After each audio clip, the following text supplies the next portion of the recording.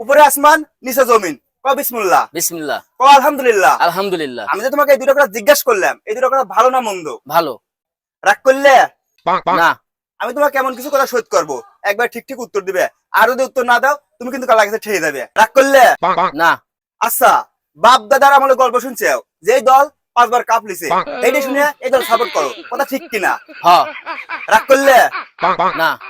আচ্ছা, তোমার জন্মের পর কোনদিন দেখছো যে এই দল কাপ লিছে? না। রাগ করলে? না। মেসির সাথে নেইমারের কম্পেয়ার করে পারো না, এজন্য টান দিলে আসো পর্তুগালের CR7 রোনাল্ডোকে, ঠিক কিনা? হ্যাঁ। রাগ করলে? না। তোমার দলে এমন একটা প্লেয়ার আছে যে বাতাসের সাথে গুদু খায় পড়ে যায়, তুমি সেই প্লেয়ারের নাম জানো?